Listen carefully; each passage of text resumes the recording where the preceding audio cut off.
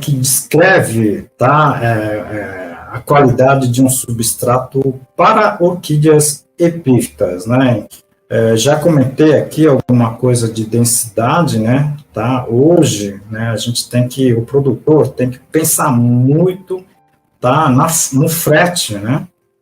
Tá?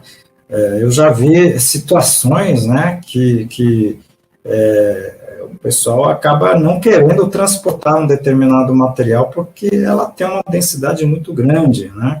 Então, imaginem vocês em bancadas, por exemplo, de madeiras, né, mais simples, com vasos, com pedras, né, com uma densidade muito grande.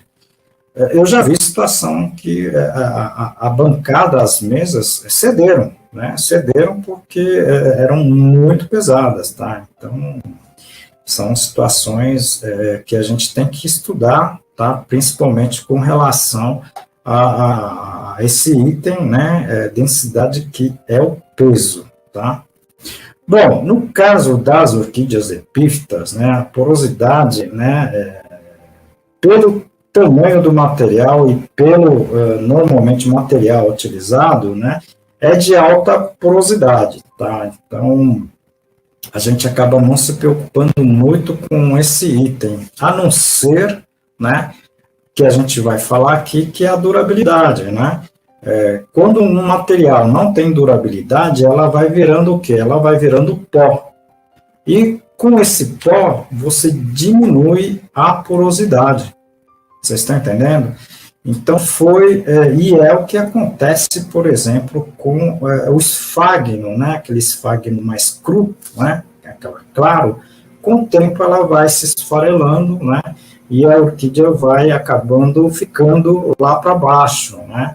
E o substrato que acaba ficando, ela já tem outras características completamente diferentes, tá? Com relação ao seu início, né? Então, isso tem que ser muito analisado, tá? Com relação a orquídeas que a gente está falando, que são plantas, né?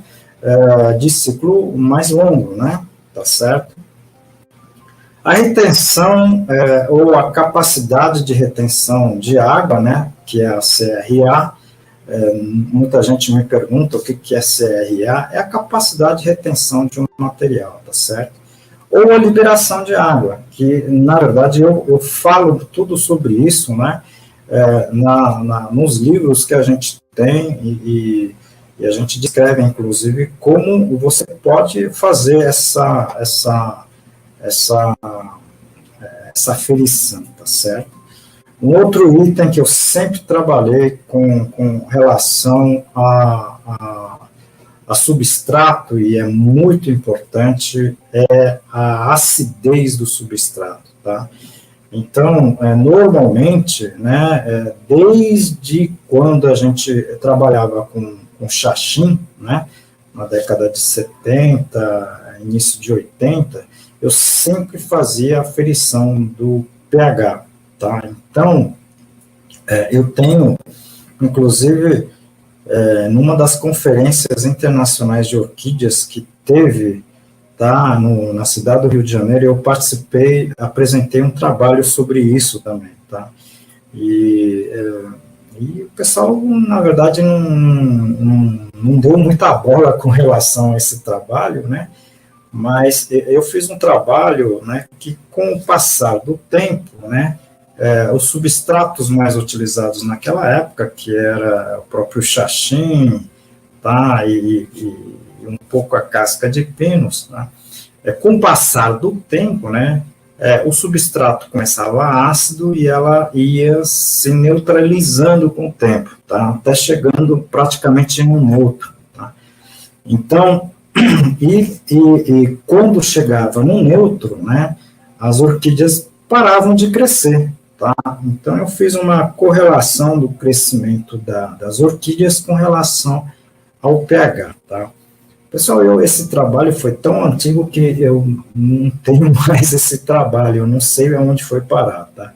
Porque eu me mudei tanto, né, de cidade para cidade quando eu me formei, que, infelizmente, eu perdi esse trabalho. Eu tenho aqui na minha cabeça, né, mas a gente pode fazer esse repeteco desse trabalho que é bem interessante, né, tá?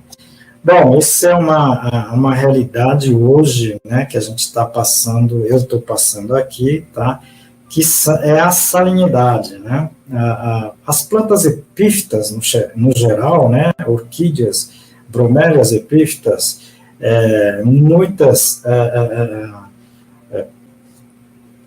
algumas cactáceas, né, que são epífitas, tá, mas principalmente no caso de bromélias e orquídeas, elas não toleram a salinidade, né, são plantas extremamente sensíveis à salinidade, e a gente tem, basicamente, materiais com muita salinidade aqui, tá, e a gente tem que, efetivamente, trabalhar no sentido de diminuir essa salinidade desse produto, tá, então, a fibra de coco, que eu tenho trabalhado bastante, né, o grande problema dela não é o pH, tá, é a salinidade, tá, então a gente tem feito vários trabalhos, eu tenho no meu canal do YouTube, se vocês puderem também visitar, né, só de substratos, né, eu tenho uma playlist lá que tem mais quase 200 vídeos, tá? Então, muitos eu falo de salinidade, tá? Se vocês puderem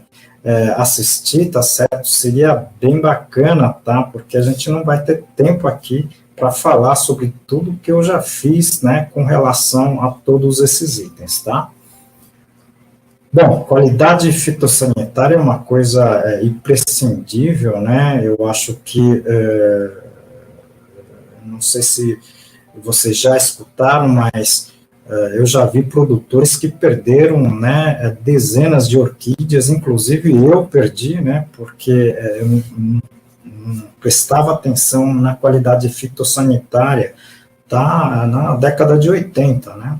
Então eu comprei um lote de casca de pinos, né, e essa casca de pinos eu acho que estava, né, no solo, né, juntamente na terra, no terreiro, e, algum motivo, fungos penetraram todo esse material e eu acabei perdendo um lote muito grande, tá, de orquídeas, né, e foi um prejuízo danado, né, isso aí foi em torno de 1983, tá, e depois, a partir daí, a gente começou a fazer o trabalho da esterilização, tá, e aqui a gente usa a esterilização solar, ok? Usa-se o plástico transparente, essas que é utilizado para cobertura de casa de vegetação, de estufas, né? Principalmente essas que já são de reuso, né? Então, a gente utiliza para a esterilização solar.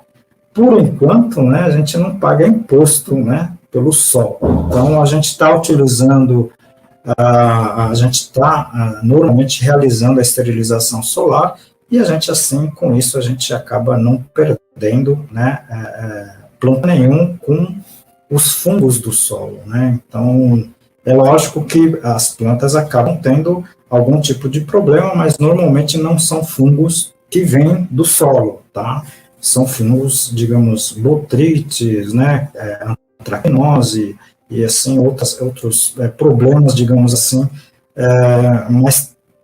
mais tranquila de se cuidar, tá certo? Então, essa parte da qualidade fitossanitária, normalmente eu participo da reunião brasileira, reunião nacional, sobre técnicas de substratos, né? E eu sempre comento, né, que isso aí deveria ser uma exigência do Ministério da Agricultura com relação aos produtores de substrato, tá? Então, justamente porque esses materiais, eu acho que deveriam vir livres de alguns patógenos, né, tá, tanto, digamos assim, doenças como pragas, né, então, no meu ver, isso aí deveria ser ação das empresas que trabalham com substrato, tá, por isso que eu sempre comento, né, não é o caso exatamente das orquídeas, mas No caso da vermiculita e no caso da perlita, é muito interessante porque na sua confecção, esses materiais passam, tá, por um processo em alta temperatura, né? E do substrato que eu posso falar para vocês que, digamos assim, é esterilizado, é a casca de arroz carbonizada, né? Porque quando você carboniza, você tem basicamente uma situação de mais de 100 graus centígrados. Isso elimina praticamente pragas, plantas daninhas, tá? E fungos patógenos, entendeu? E por último, né, aqui, acredito que é um item, tá, que quem fala basicamente sou eu, né? Eu não vejo o colega, o Ricardo fez algum trabalho, o professor Ricardo de Londrina fez um trabalho ou dois sobre esse item, né? Então, acredito que eu sou um dos poucos que estejam trabalhando com a parte da durabilidade, né, do substrato, tá? Então, é um item para a orquidologia, né, orquidiocultura, muito importante, tá?